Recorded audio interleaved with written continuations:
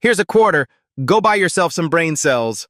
Brad Morrison hurls the coin at Jerome Washington's feet, his voice echoing across PowerTech Motors' security gate. The homeless black man stands motionless, worn toolbox in hand, as workers flood toward the commotion. This street rat thinks he can fix our $2 million prototype engine. Brad waves his phone, filming every second of humiliation. What's next? You gonna perform heart surgery for a hot dog? The crowd erupts. More phones appear. The mockery spreads like wildfire. Jerome had approached security guard Miguel Santos with a simple request.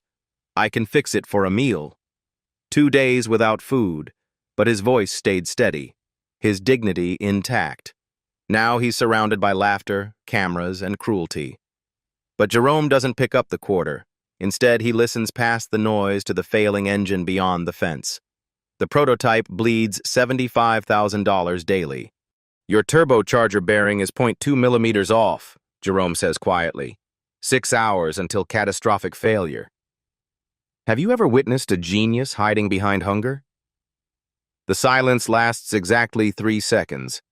Then Brad Morrison doubles over with laughter. Did you hear that? Engine whisperer over here.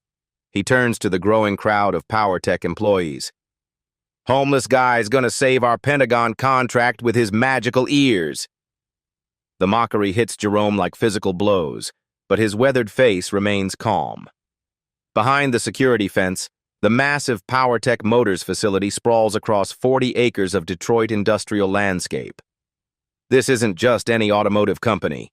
They manufacture military-grade engines worth millions, precision-engineered power plants that drive America's armored vehicles through desert storms and urban warfare. Right now, their most critical project sits dead in Testing Bay 7. The prototype V8 twin-turbo engine represents 2 years of development and $50 million in Pentagon contracts. It should be purring like a mechanical symphony, ready to power next-generation military vehicles. Instead, it's been silent for 6 days, defeated by a catastrophic turbocharger failure that stumped every expert they've thrown at it. Miguel Santos, the security guard, shifts uncomfortably. He's watched Jerome sleeping in the abandoned lot next door for weeks, always with that battered toolbox, always maintaining a quiet dignity despite his circumstances. Something about the man's technical knowledge bothers Miguel. Homeless people don't usually know bearing tolerances. Look at his clothes! Brad continues his performance, circling Jerome like a predator. When's the last time you showered, buddy? Think the Pentagon wants engines fixed by someone who smells like a dumpster?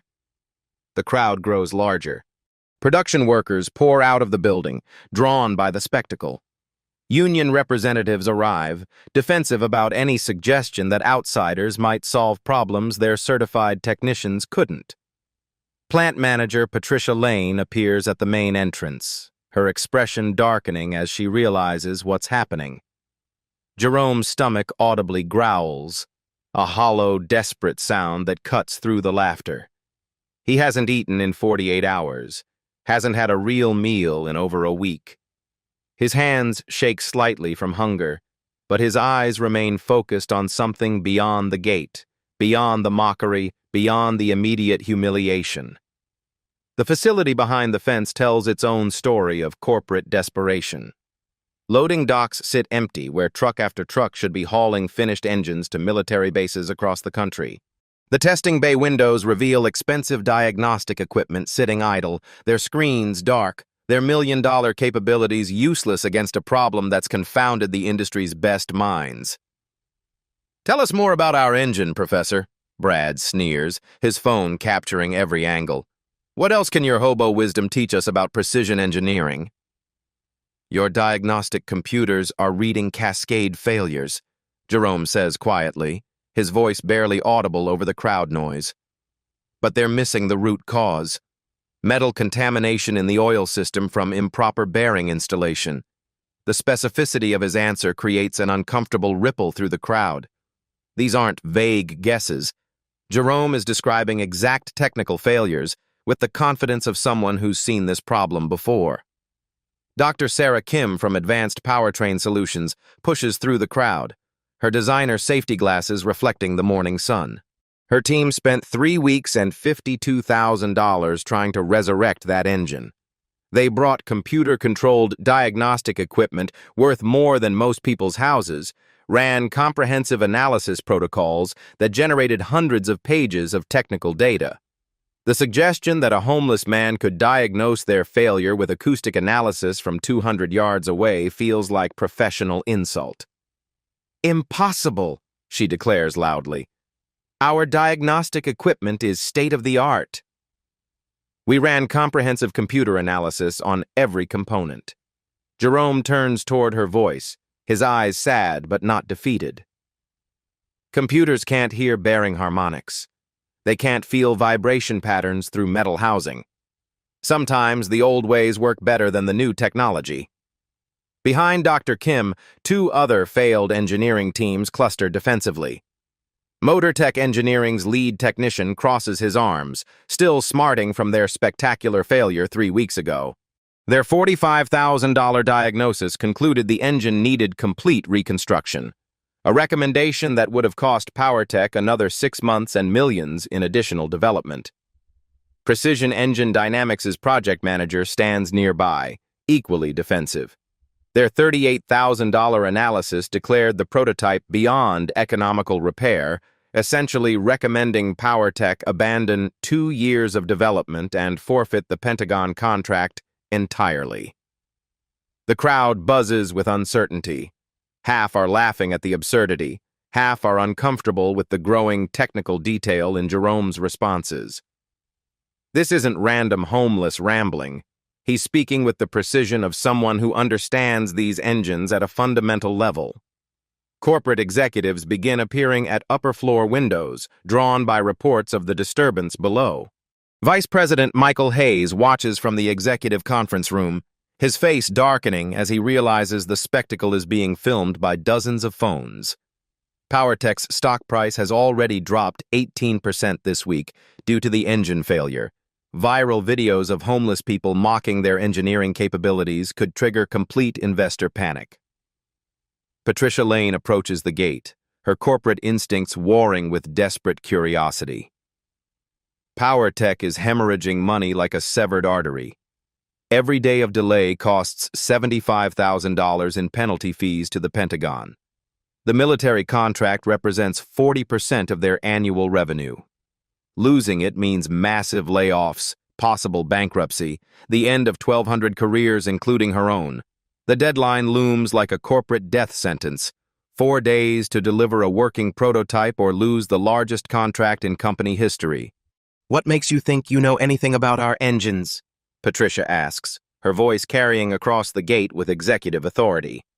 Jerome reaches into his jacket pocket and pulls out a faded GM identification badge, the plastic cracked, but the photo clearly showing a younger version of himself in company coveralls. 23 years at GM Hamtramck Assembly, lead technician on high-performance powertrains. The badge changes everything. GM Hamtramck was legendary in Detroit automotive circles. The plant that built Corvette engines, Camaro powertrains, the precision manufacturing facility where America's most demanding performance engines came to life. Anyone who survived 23 years there possessed skills that couldn't be faked. Murmurs ripple through the crowd. The failed engineering teams exchange uncomfortable glances. GM Hamtramck technicians were industry legends, the people who could diagnose engine problems by sound alone, who understood powertrains at an intuitive level that no computer could replicate. Brad's confident mockery falters slightly, but he doubles down. "So what? The plant's been closed for months. You're unemployed, homeless, probably drinking away whatever skills you used to have. Show us this magical diagnostic ability," Dr. Kim challenges, her professional pride stinging from the implied criticism of computer diagnostics. "If you're so confident about our bearing problem, prove it." The crowd pressure mounts. Phones continue recording, capturing every detail for social media posterity. Someone starts a live stream that's already drawing thousands of viewers.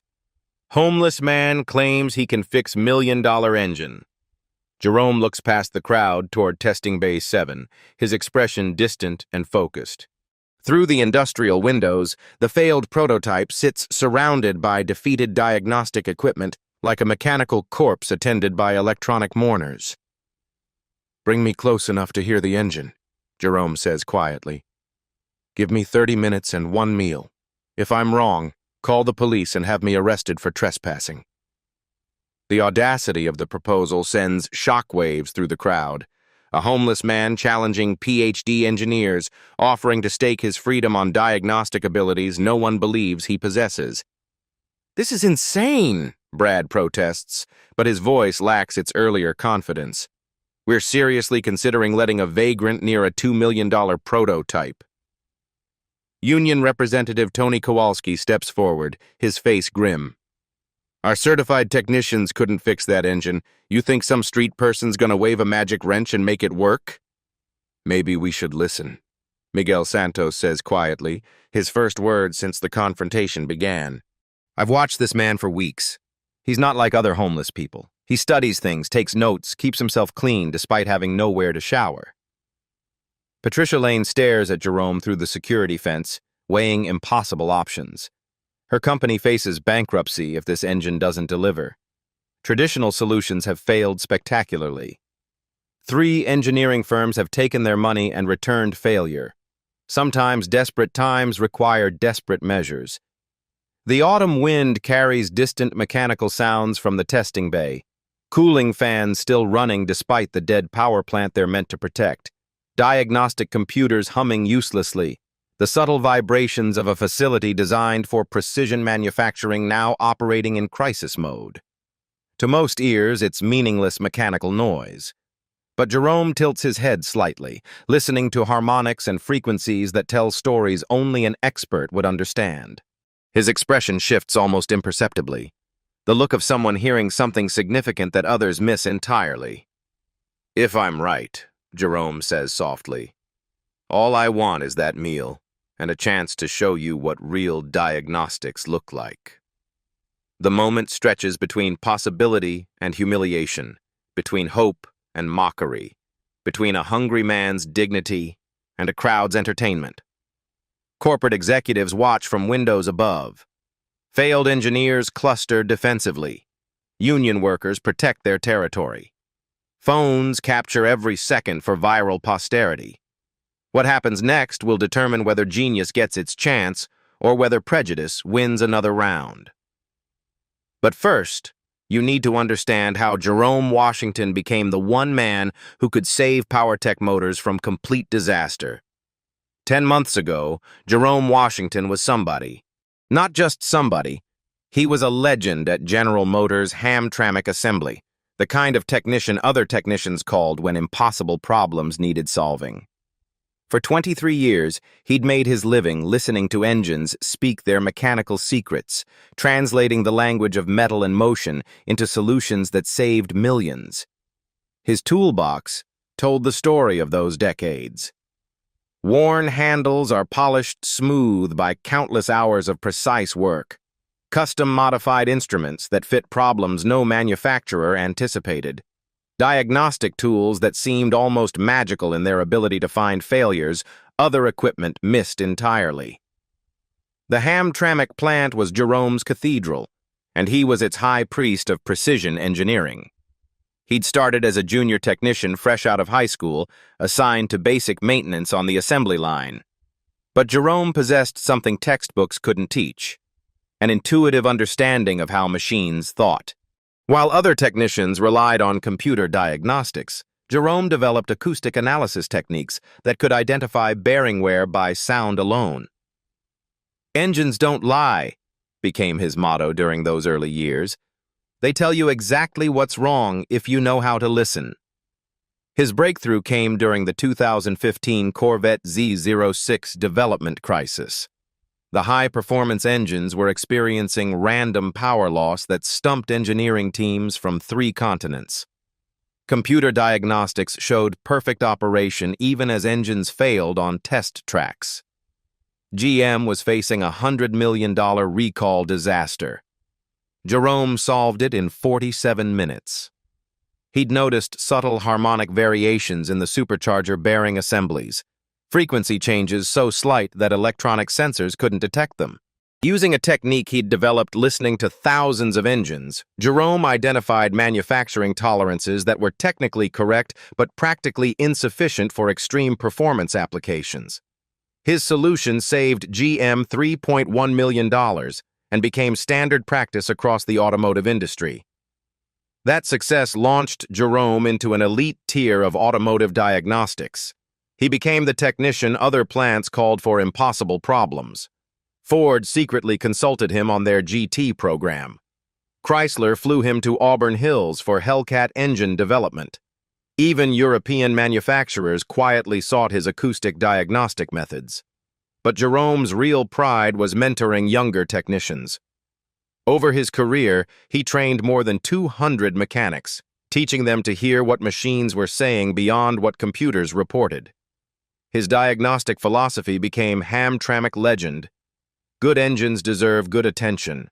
Listen close enough, and they'll tell you everything you need to know. Dorothy Rivera, the plant's chief engineering consultant, recognized Jerome's unique abilities early.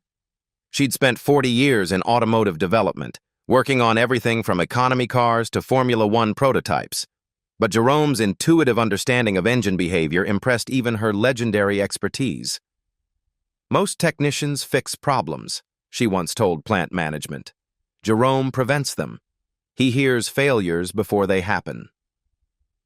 Under Dorothy's mentorship, Jerome developed innovations that revolutionized engine maintenance.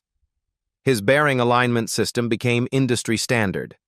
His acoustic diagnostic protocols were adopted by military contractors. His troubleshooting methodology was taught at automotive technical schools across the Midwest. Jerome's personal life reflected his professional success. A modest house in Hamtramck, paid off early through careful saving. His daughter Sarah followed his passion for engineering, earning her mechanical engineering degree with dreams of working alongside her father someday. Then came October 2023, and everything collapsed. General Motors announced Hamtramck assembly closure as part of electric vehicle restructuring. 1,400 jobs were eliminated overnight. 23 years of expertise suddenly worthless in a corporate spreadsheet designed around quarterly profits rather than human value. The plant closure hit Jerome like physical trauma. His identity, his purpose, his entire understanding of his place in the world, gone. At 58, with gray hair and hands that showed decades of honest work, he faced a job market that valued youth over experience, certificates over wisdom. Age discrimination revealed itself immediately. Younger managers looked at his resume and saw obsolete skills. Technology companies wanted computer expertise, not acoustic diagnostics. Even auto repair shops preferred recent graduates who wouldn't question modern diagnostic procedures. Month after month, rejection followed rejection. His savings dwindled, then disappeared. The house went first, sold to pay mounting bills, then the car, then everything that defined his middle-class stability. A good meal and honest work, that's all a man needs, became Jerome's survival motto as circumstances stripped away everything else. Engines don't care about your address, and talent doesn't require a paycheck. He kept his toolbox and his GM jacket, the last tangible connections to the person he'd been. The tools because they represented 40 years of accumulated knowledge. The jacket because it reminded him that expertise doesn't vanish just because circumstances change. Living on Detroit's streets taught Jerome new lessons about dignity and survival. He maintained his hygiene as much as possible, kept his technical knowledge sharp by studying problems at automotive facilities throughout the city. He refused handouts but would work for meals, preserving self-respect through labor even when that labor involved emptying trash or sweeping floors. At the abandoned lot next to PowerTech Motors, Jerome had been watching their engine crisis develop for weeks. He recognized the prototype as a modified version of military specifications he'd worked on during classified GM contracts. He knew the exact failure pattern from previous experience. Most importantly, he knew how to fix it. but knowing and proving are different things entirely. Patricia Chen's voice cuts through the crowd noise like a corporate guillotine. Fine. She stares at Jerome through the security fence, her executive composure cracking under weeks of pressure. 1 meal and 45 minutes. When you fail, we call the police and ban you permanently from this property. The crowd erupts in surprised murmurs. Corporate executives don't usually negotiate with homeless people in front of rolling cameras, but desperation makes people do extraordinary things. Jerome nods slowly, his dignity intact despite the humiliating circumstances. I need a real meal, though. Ham sandwich, chips, and Coke. Can't work properly on an empty stomach. Brad Morrison can't resist another jab. Look at Mr. Picky!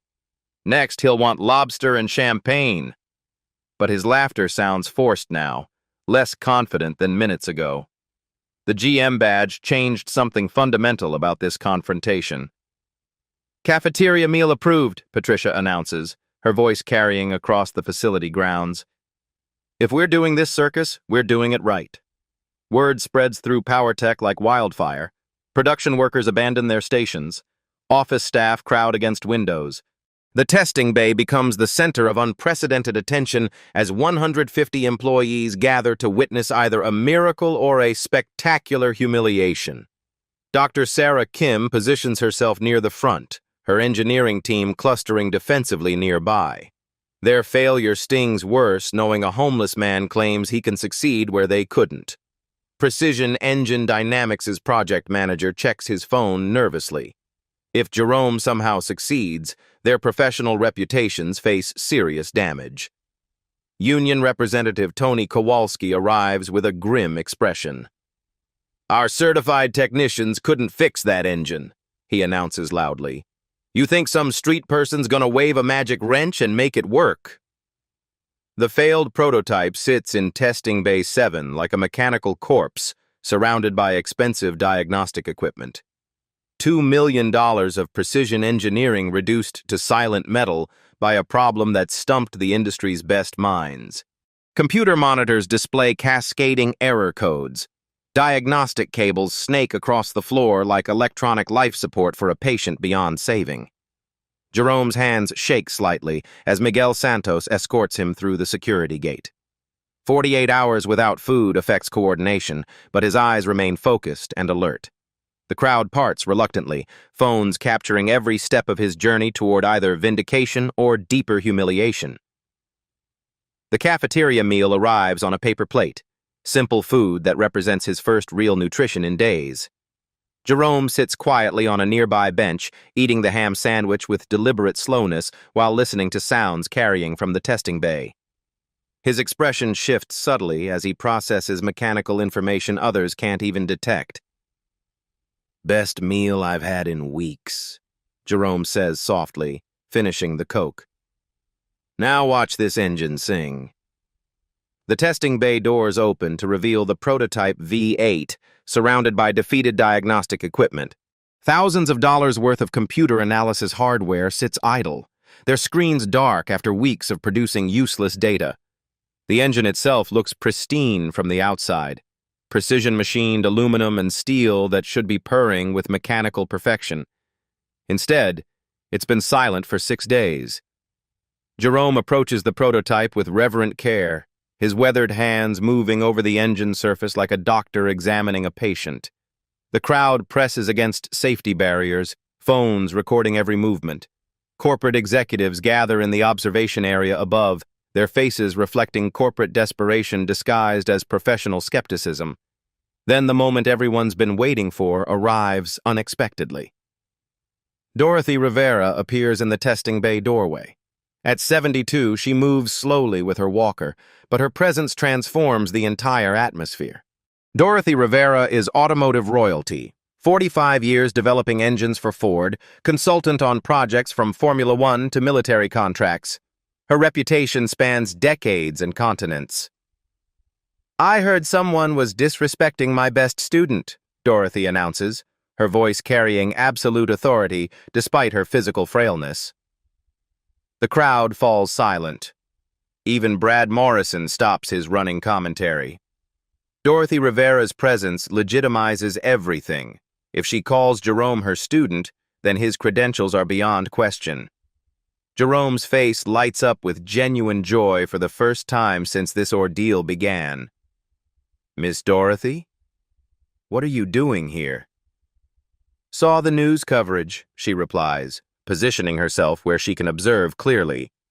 "Thought my star pupil might need some moral support." Her words ripple through the assembled crowd like validation from automotive heaven. The failed engineering teams exchange uncomfortable glances. If Dorothy Rivera trained Jerome Washington, then his diagnostic abilities are probably legitimate. Patricia Lane realizes the stakes just escalated beyond simple corporate problem-solving. With Dorothy Rivera watching and dozens of phone recordings, this demonstration could make or break PowerTech's reputation industry-wide. The psychological warfare intensifies. Brad Morrison hovers nearby, providing distracting commentary designed to undermine Jerome's concentration. Failed technicians offer unsolicited advice and warnings. Pentagon Liaison Officer Colonel Martinez checks his watch impatiently, muttering about contract cancellations and wasted time. Overhead screens display countdown timers: 45 minutes, 44:59, 44:58. Jerome ignores the chaos, focusing entirely on the silent engine. He removes his faded GM jacket, revealing scarred but steady hands that tell stories of decades working with precision machinery. His first action surprises everyone. Instead of rushing toward the engine, he systematically organizes the scattered tools and components left by previous repair teams. "Diagnostic computers won't help here," Jerome explains to Dorothy while clearing the workspace. "This problem requires the old-school approach." He pulls a worn stethoscope from his toolbox, not medical equipment, but a mechanical diagnostic tool designed for listening to engine internals. Placing the instrument against various points on the engine block, Jerome closes his eyes and listens with complete concentration. The crowd grows restless. 20 minutes pass with no obvious progress visible to untrained observers. Some employees begin drifting away, assuming failure. Pentagon Colonel Martinez threatens to leave if no results appear soon. But Dorothy Rivera watches with growing anticipation. She recognizes Jerome's methodology from their years working together at GM. This isn't random troubleshooting, it's systematic acoustic analysis that can identify problems computer diagnostics miss entirely. "There it is," Jerome suddenly announces, his voice carrying quiet confidence. "Turbocharger bearing race installed backwards. Classic mistake when repair teams rush the job." Dr. Sarah Kim steps forward defensively. "Impossible. Our team followed exact installation procedures." Jerome looks up from his stethoscope, his expression sad but not accusatory. "Ma'am, with respect, computers can't hear bearing harmonics. They can't detect the subtle vibration patterns that indicate improper installation. Sometimes the old ways work better than new technology." He begins removing the turbocharger housing with practiced efficiency, his movements precise despite obvious hunger-related weakness. The crowd presses closer, watching him work with tools that seem almost magical in their specificity for problems no manufacturer anticipated. Within minutes, Jerome exposes the turbocharger's internal components. He lifts out a bearing race and holds it up for everyone to see. "Backwards installation," he announces calmly. "Metal shavings contaminate the oil system. That's why your computers couldn't diagnose the problem. They were reading secondary failures, not the root cause." The failed engineering team's faces show recognition of their fundamental oversight. 15 minutes remaining on the countdown clock. First revelation: diagnostic mastery. With 15 minutes remaining, Jerome holds the contaminated bearing race up to the overhead lights. Metal particles glitter like deadly confetti embedded in what should be pristine lubricant. "See these shavings?" Jerome's voice carries clearly across the silent testing bay. "When you install a bearing race backwards, the load distribution reverses. Instead of smooth rotation, you get metal-on-metal grinding that computers read as normal operational variance. Dr. Sarah Kim pushes through the crowd, her professional pride demanding closer examination. She stares at the bearing assembly with growing horror as the evidence becomes undeniable.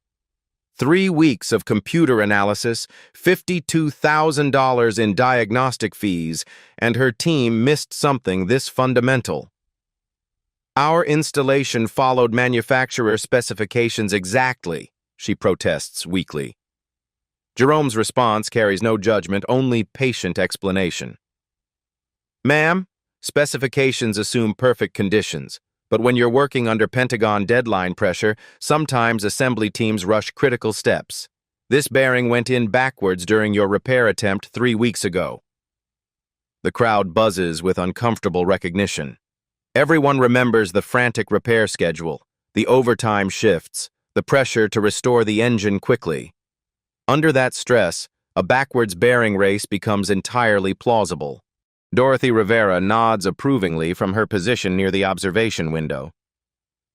This is the technique that made Jerome legendary at GM, she explains to nearby executives. Acoustic diagnosis can identify problems that electronic sensors completely miss. Jerome continues his explanation while cleaning metal contamination from the bearing housing. Computers measure what they're programmed to detect, but engines communicate through vibration, harmonics, thermal patterns that require human interpretation. Listen. He places his mechanical stethoscope against the engine block in 3 different locations, his eyes closed in concentration. Main bearing vibration normal, valve train harmonics are perfect. But here, he moves the instrument to the turbocharger mounting point. Irregular frequency pattern indicating asymmetrical load distribution. The technical detail silences skeptics who expected vague, homeless rambling. Jerome speaks with the precision of someone who understands these engines at a molecular level. His diagnostic methodology follows logical progression that even failed engineering teams can recognize as legitimate. Pentagon Colonel Martinez steps closer, his earlier impatience replaced by professional interest. Military contracts demand this level of systematic problem-solving, and Jerome's approach mirrors field diagnostic protocols used by combat engineers.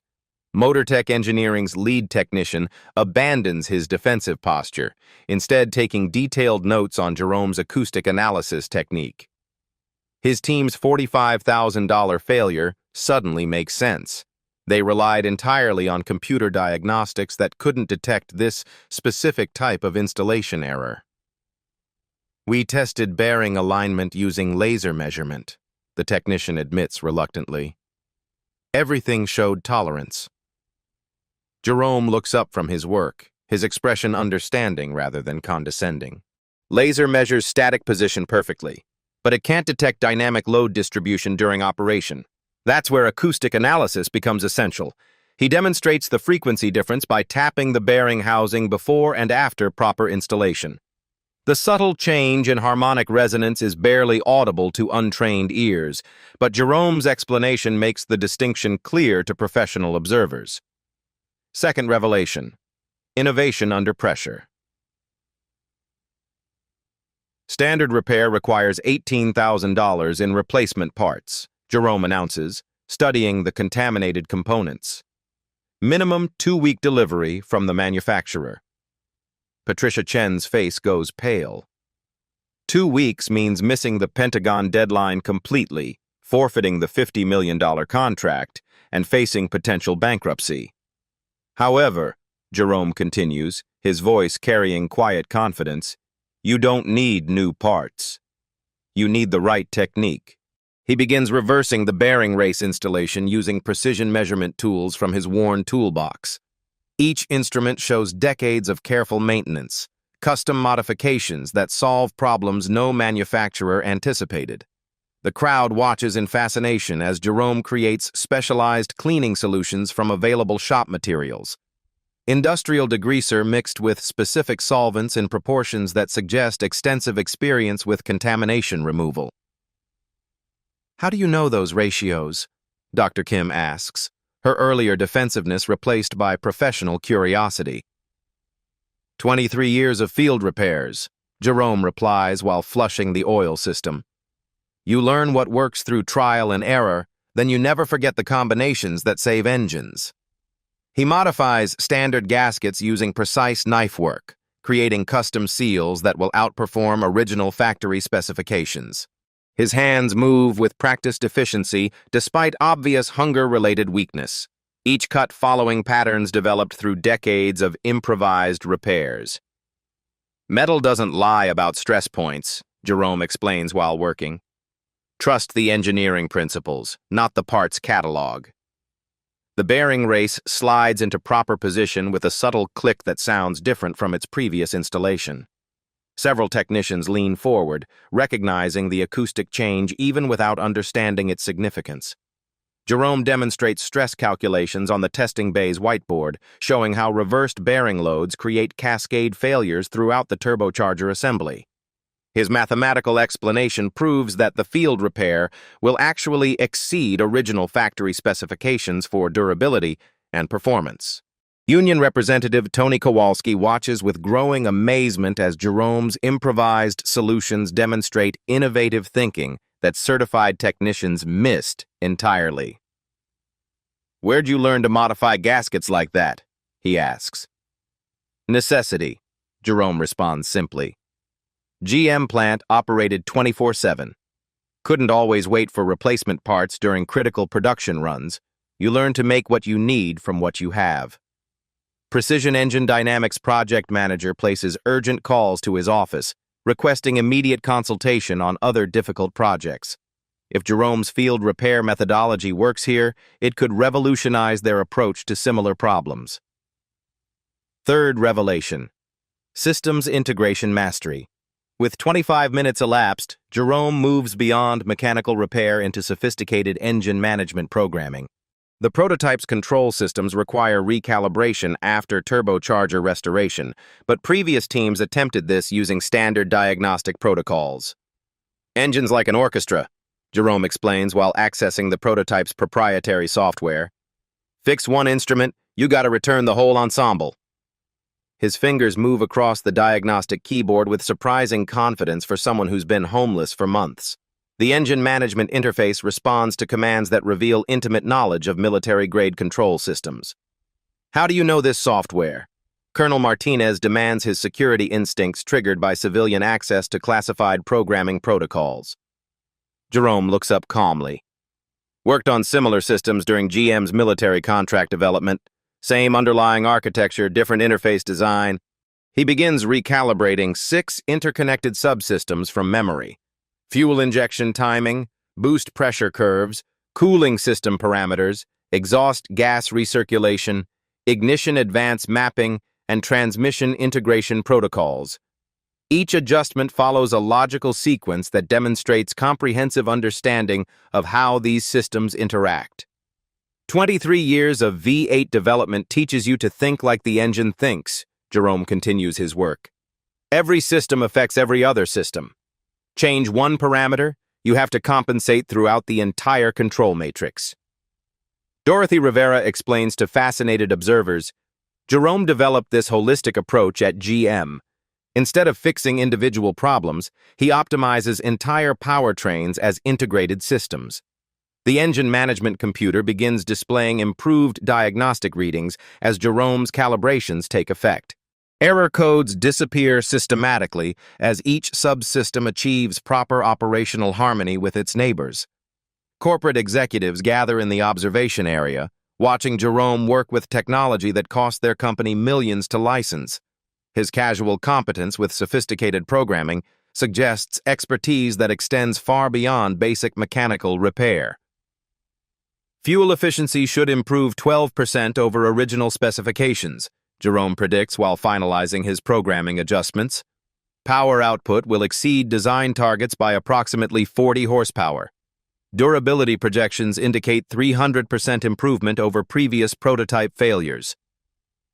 The technical precision of his predictions astounds professional observers. These aren't hopeful estimates. Jerome speaks with the confidence of someone who's performed this exact optimization hundreds of times. Pentagon Colonel Martinez takes detailed notes on Jerome's methodology, recognizing innovations that could benefit military engine development across multiple programs. The field repair techniques Jerome demonstrates could save the military millions in parts costs and deployment delays. The technical triumph. With 5 minutes remaining on the countdown clock, Jerome steps back from the completed repair. The engine sits silent but somehow different, aligned, balanced, optimized in ways that weren't visible during previous repair attempts. "Ready for the startup sequence," Jerome announces quietly.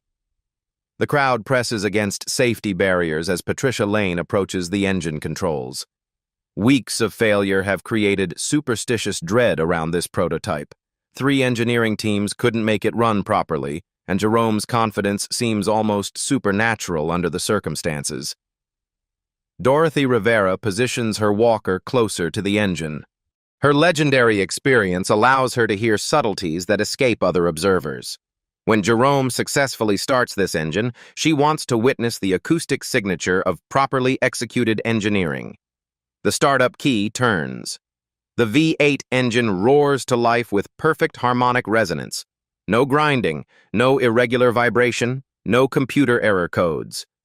The turbocharger spools up smoothly through its entire operational range, producing the mechanical symphony that $2 million of precision engineering was designed to create. Diagnostic computers display solid green status across all monitoring systems. Engine temperature remains optimal. Oil pressure holds steady. Fuel efficiency exceeds specifications. The crowd erupts in spontaneous applause. Jerome wipes his hands on a shop rag, puts his faded GM jacket back on with quiet dignity, and turns to Dorothy Rivera with a slight smile. "Just like riding a bicycle," he says softly. "Some things you never forget." The engine's perfect harmonic resonance fills Testing Bay 7 like a mechanical prayer answered. But Pentagon Colonel Martinez isn't satisfied with idle perfection. He demands proof under fire. "Impressive startup," the colonel announces, his voice cutting through the crowd's celebration. "But our armored vehicles don't cruise around parking lots. They operate under combat conditions. The stakes explode beyond simple repair validation." Colonel Martinez produces a tablet displaying military stress test protocols that would challenge even factory-fresh engines.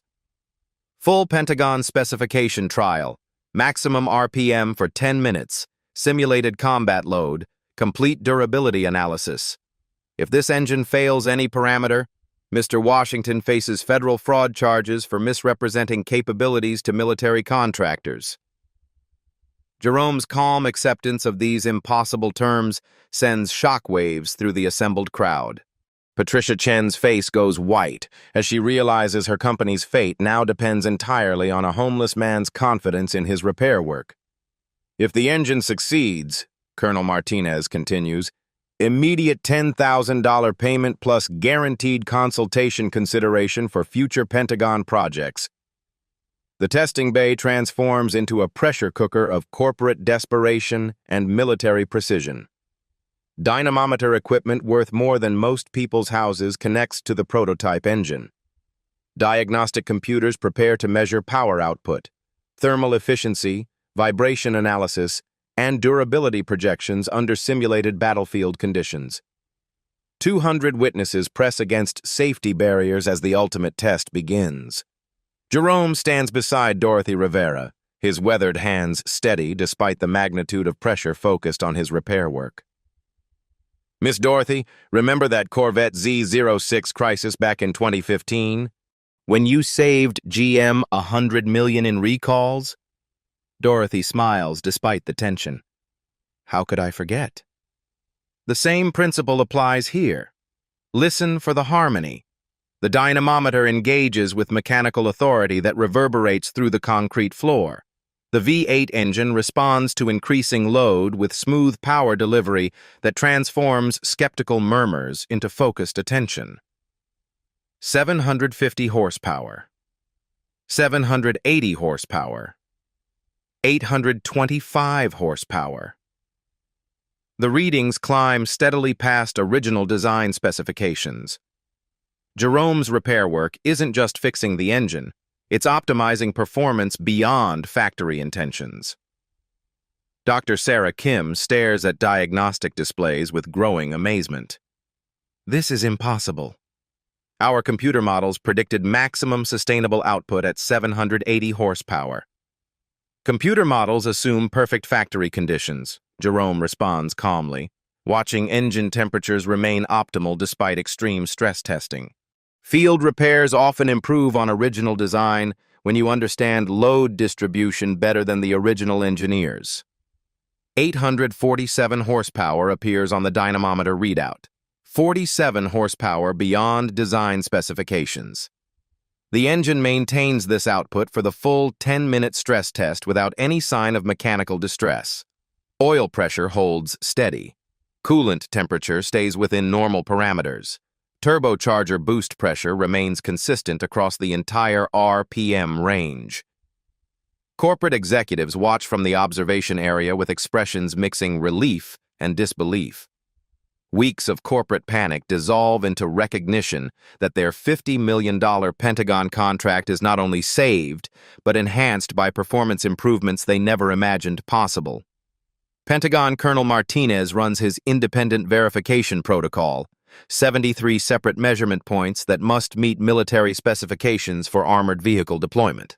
Each parameter not only passes but exceeds requirements by substantial margins. Fuel efficiency 12.3% above specification, the colonel announces, reading from his tablet.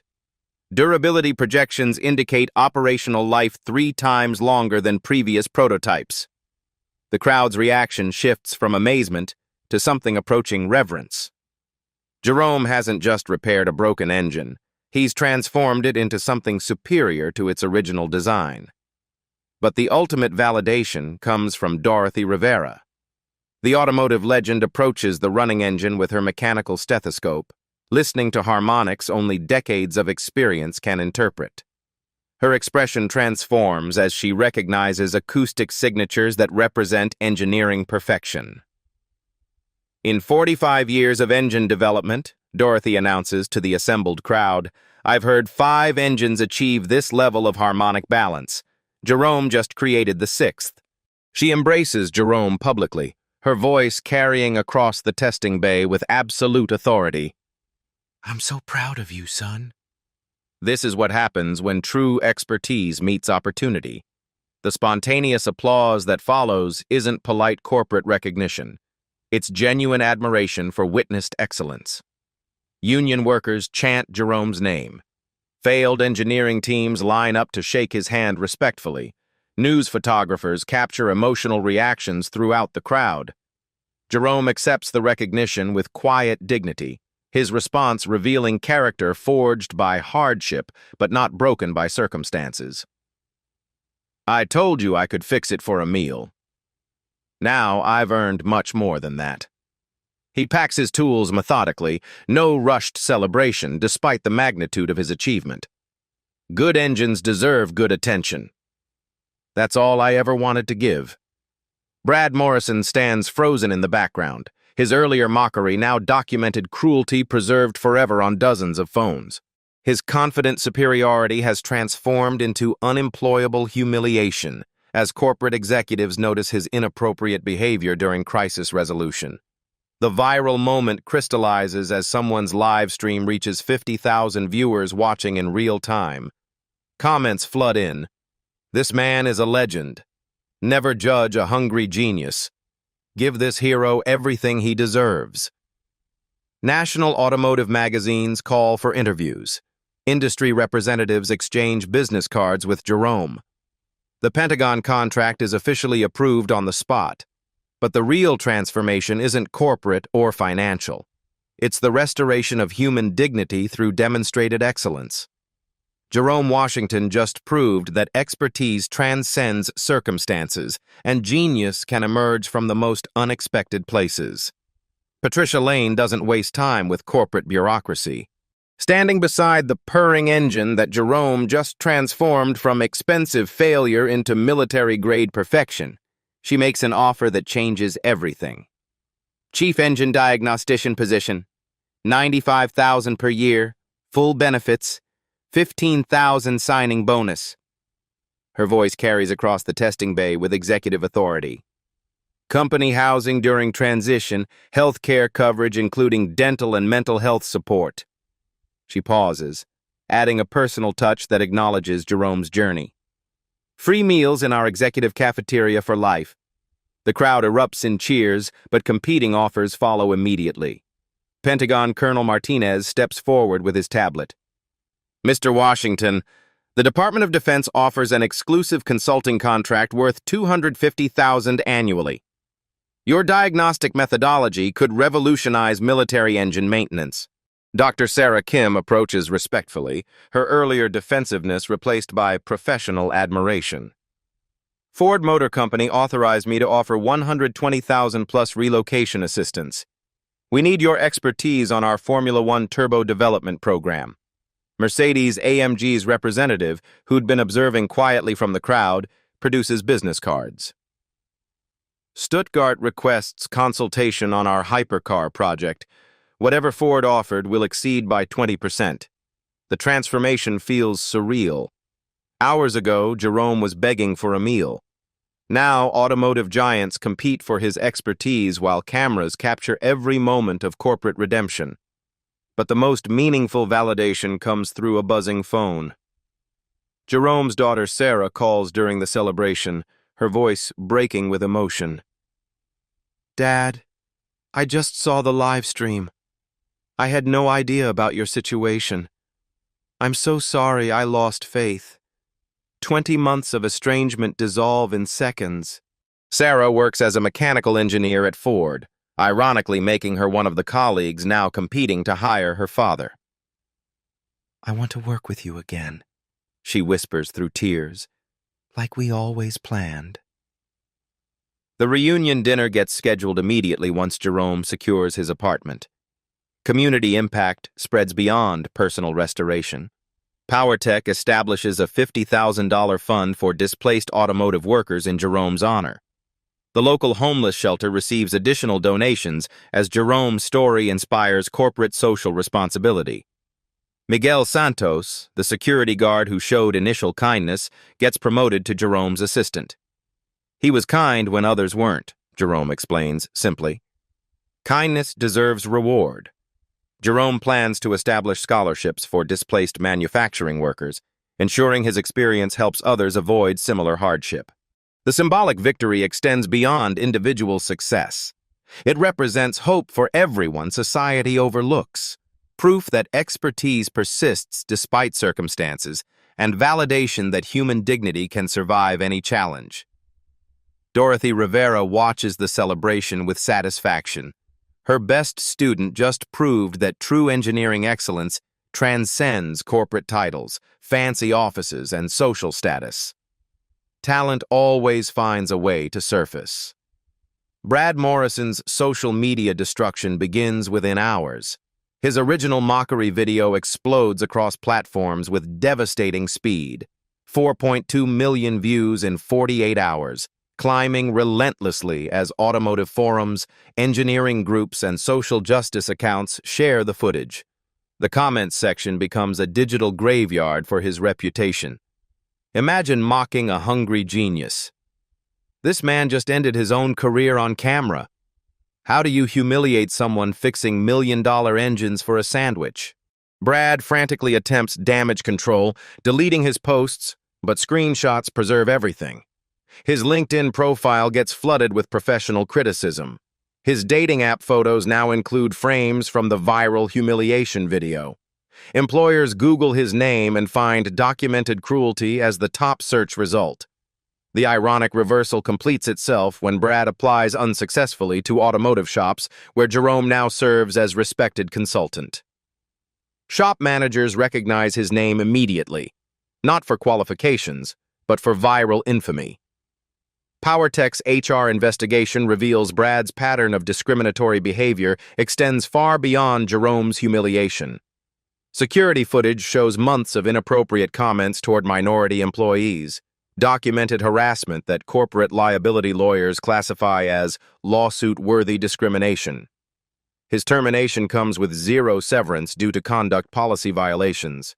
The viral video provides such clear documentation of hostile workplace behavior that PowerTech's legal team considers it protecting the company from discrimination lawsuits. Creating a hostile work environment and damaging corporate reputation during crisis resolution, reads his dismissal letter. The failed engineering teams face their own professional reckoning. Social media exposes their combined $135,000 in charges for failed diagnostics that a homeless man solved in 45 minutes. Advanced powertrain solutions, motor tech engineering, and precision engine dynamics face client revolt as other companies question previous work quality. PowerTech demands full refunds plus damages for contract jeopardy. When the teams resist, legal action follows with viral video evidence supporting gross professional incompetence claims. Their industry reputation suffers irreparable damage from contrast with Jerome's field repair success. Other automotive clients launch investigations into previous projects, discovering patterns of overdiagnosis and unnecessary part replacement that suggest systematic billing fraud. 3 major lawsuits result from PowerTech's case, inspiring broader scrutiny. The engineering firm's downfall accelerates as social media amplifies their failure. Industry publications run exposés on diagnostic incompetence, using their PowerTech failure as cautionary tale about over-reliance on computer analysis without fundamental understanding. Dr. Sarah Kim's career survives through professional humility. She publicly acknowledges Jerome's superior methodology, requests training opportunities, and transforms her team's diagnostic approach. Her gracious acceptance of correction saves her reputation while her colleagues face professional exile.